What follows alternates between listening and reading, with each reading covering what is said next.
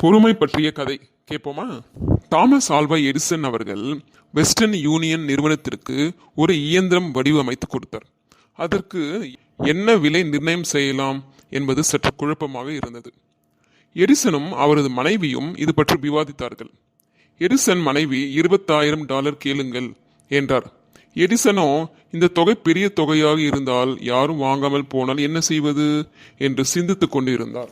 அந்த சமயம் பணம் தருவதற்காக நிறுவனத்தின் ஒரு மூத்த அதிகாரியை வெஸ்டர்ன் யூனியன் நிறுவனம் அனுப்பியிருந்தது. இயந்திரத்திற்கான விலையை அதிகாரி கேட்டார். எடிசன் சில நிமிடம் மௌனமாக இருந்தார். எப்படி கேட்பது என்று யோசித்துக் கொண்டே இருந்தார்.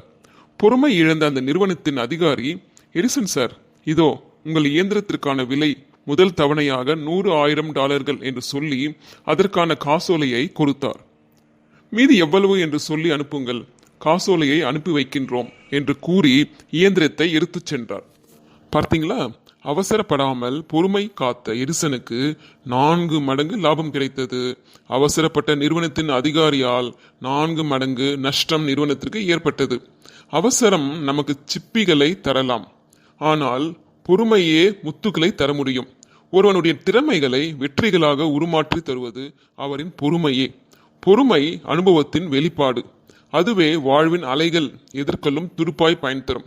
ஓகே ஃப்ரெண்ட்ஸ், இனிமே எந்த வேலை செய்தாலும் பொறுமையா செய்யணும். ஓகேங்களா? பாய்.